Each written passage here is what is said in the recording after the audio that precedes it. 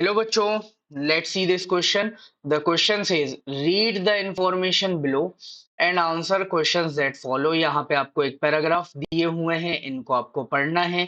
फिर यहाँ पे आपसे ये क्वेश्चन पूछा गया है, इसको आपको यहाँ पे आंसर करना है।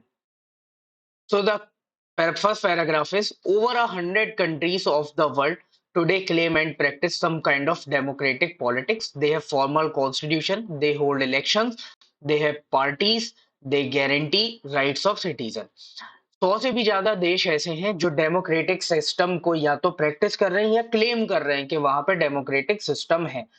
उनमें अपना एक फॉर्मल कॉन्स्टिट्यूशन है, वो इलेक्शंस भी कंडक्ट कराते हैं, उनके पास पार्टीज भी है। अब पार्टी मतलब ये जो हम पार्टी करते हैं वो नहीं है new year birthday party types, ये पॉलिटिकल पार्टीज की बात हो रही है। और वो अपने सिटीजन्स को राइट्स भी गारंटी करते हैं।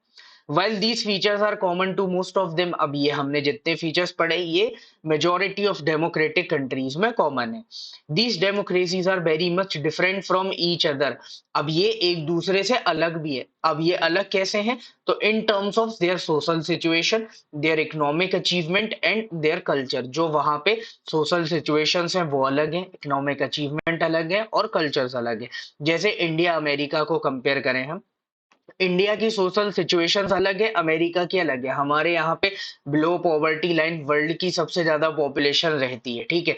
वर्ल्ड का सबसे बिगेस्ट स्लम एरिया हमारे देश में है, जबकि अमेरिका में ऐसा नहीं है। इकोनॉमिक अचीवमेंट की अगर हम बात करें तो वो एक डेवलप्ड नेशन है, हम डेवलपिंग नेशन है। कल्चर की बात करें तो हमारे यहाँ पे खाने में डिफरेंस होता है, हम बड़ा पाव खाते हैं वो बर्गर खाते हैं, ठीक है। ये डिफरेंस है कल्चरली।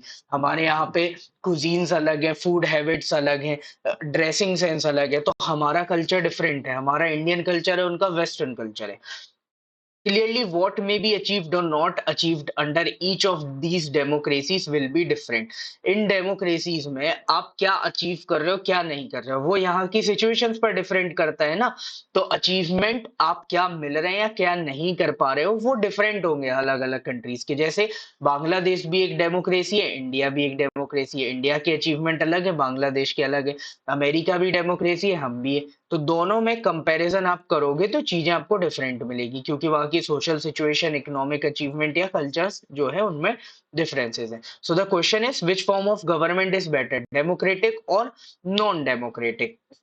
अब डेमोक्रेसी में देखो, अब यहाँ पे क्या है, सबसे इंपॉर्टेंट चीज जो है वो यहाँ पे एक चीज हमने देखी कि आपको राइट्स गारंटी किए जा रहे हैं। किसी भी इंडिविजुअल के लिए उसके राइट्स सबसे ज्यादा इंपॉर्टेंट होते हैं।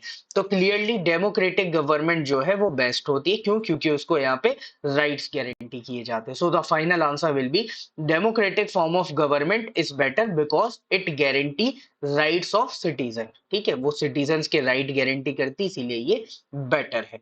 Hope you understood it well. Best of luck. Thank you.